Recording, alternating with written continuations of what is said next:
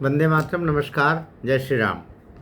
दिशा सालियान, सुशांत सिंह राजपूत, आदित्य ठाकरे, उद्धव ठाकरे, उच्च न्यायालय मुंबई, नीलेश ओझा जी, आप और हम एक मिशन पर बहुत समय से हैं। मेरे तो चैनल की शुरुआत ही लगभग 1.5-2 साल पहले इसी एक ध्येय को लेके हुई। यद्यपि मैं मुंबई में नहीं रहता हूँ, मुंबई से बहुत दूर रहता हूँ, लेकिन उसके बावजूद संवेदना के स्तर पर, दर्द के रिश्ते पर और जो कुछ अन्यायपूर्ण, अधर्मपूर्ण और क्रूरतापूर्ण तरीके से दिशा सालियान और दिशा सालियान के अनंतर एक सप्ताह में ही सुशांत सिंह राजपूत के साथ हुआ, तो एक भीतर दायित्व बोध आया कि हमें जो कुछ बन पड़े इस काम में करना चाहिए। जिनका कोई नहीं होता, क्या उनके लिए ईश्वर स्वयं धरती पर आकर के कुछ करेगा, या आप और हमारे माध्यमों से ईश्वर जो बुरे लोग हैं, जो पापी लोग हैं, जिन्होंने ये कृत्य किया है, उनको दंड देने आएगा?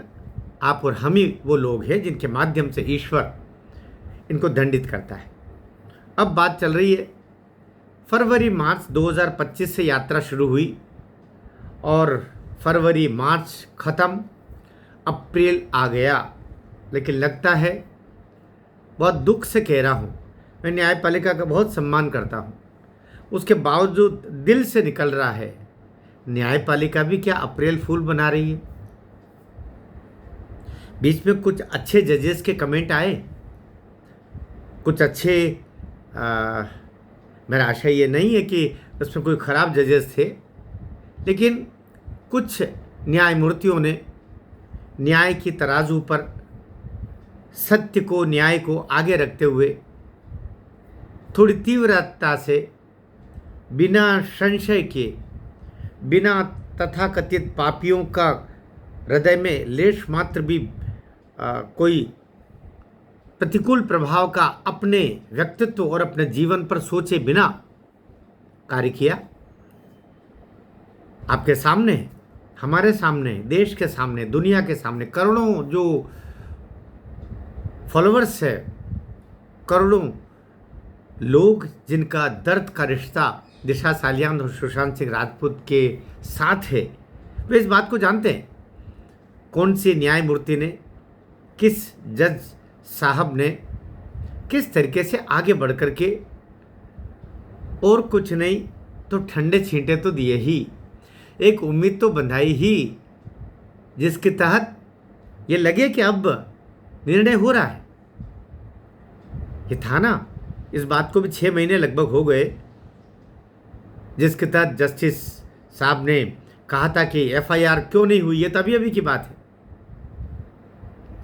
एफआईआर क्यों नहीं हुई ये सवाल नहीं ये था, उसके बाद ही चारों ओर घबराहट की हवाएं दौड़ने लगी। लेकिन न तो एफआईआर हुई और न ही उस संदर्भ में जो अनंतर आगे काम करना चाहिए वो हुआ। मैं दुख के साथ बोल रहा हूँ, आज भी 15 अप्रैल को जो 58वें नंबर पर दिशा सालियान के केस को लिया, और इस दफ़े दुख से फिर मैं कह रहा हूँ, जब आपने 24 मार्च को इसको प्रायोरिटी पर लिया था, अर्थात प्राथमिकता क्रम पर इसको लिया था, शुरुआत में ही ले लिया था लगभग, तो इस बार ऐसा क्यों नहीं हुआ? क्या न्यायपालिका पर भी किसी का दबाव है? मैं सीधा सीधा न कह सकता हूँ, न्यायपालिका का मामला है, लेकिन न्याय की दहलीज पर खड़े होकर के सारी स्थितियाँ न्याय प्राप्ति के लिए सकारात्मक रहे, यह भी तो आकांक्षी की इच्छा और उसका अधिकार होता है।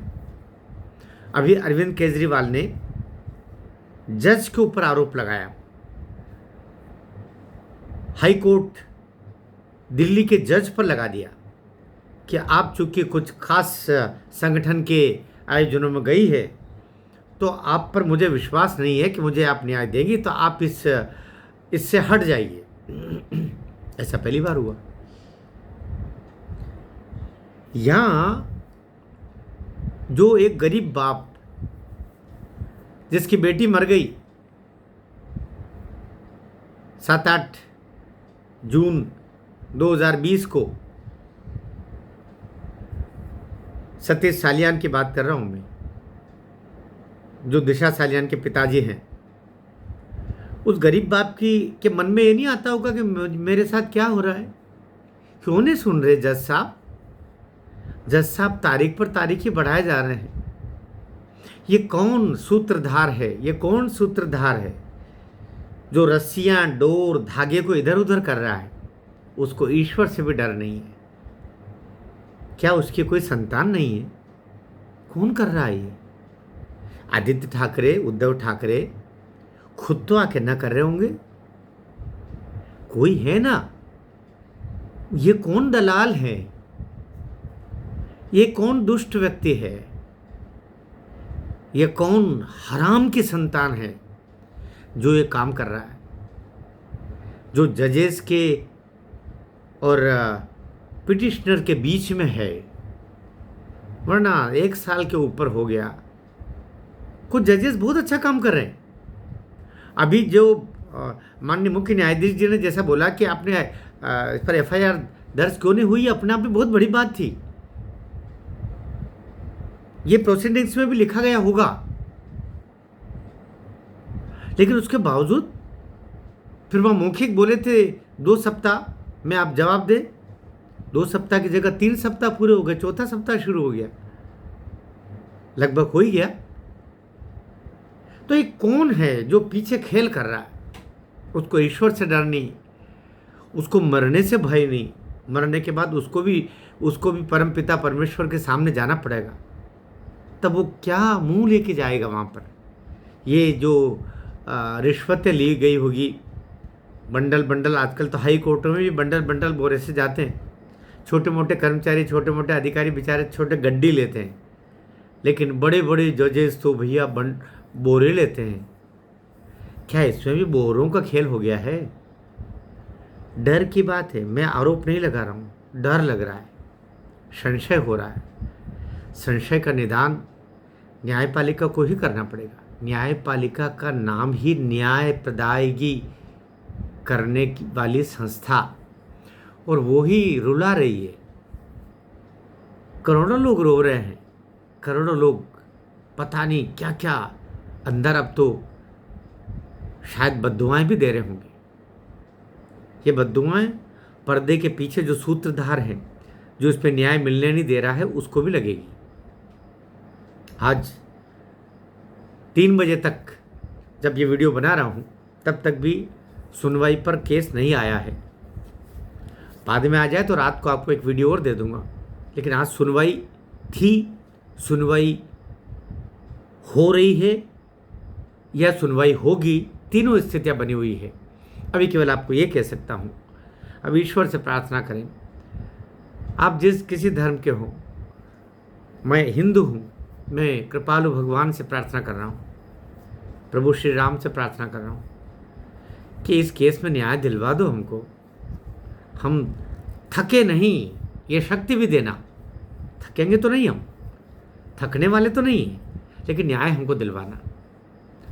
आप इस्लाम का पालन करने वाले हो तो आप अपने अल्लाह से कहिए। बाकी सिख बंधुओं के तो हमारे वही परमेश्वर, वो तो अलग होते ही नहीं है। जैन बंधुओं के भी सनातनी, वो भी अलग होते नहीं हैं। सबके परम पिता परमेश्वर एक ही है।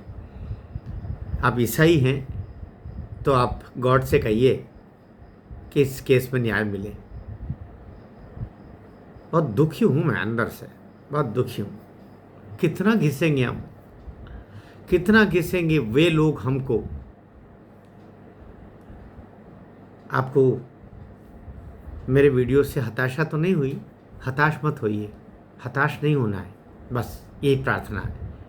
अगर शाम तक, क्योंकि आने वाले 1-2 घंटे में कुछ हो गया तो हो गया, तो रात को फिर हम शायद कोई बहुत अच्छी खबर आ जाए दिवाली मनने जैसी। दिवाली से आशा ये है कि खुशी की, अर्थात हीरिंग की, अर्थात आदित्य को फांसी हो और उसके खिलाफ FIR हो जाए।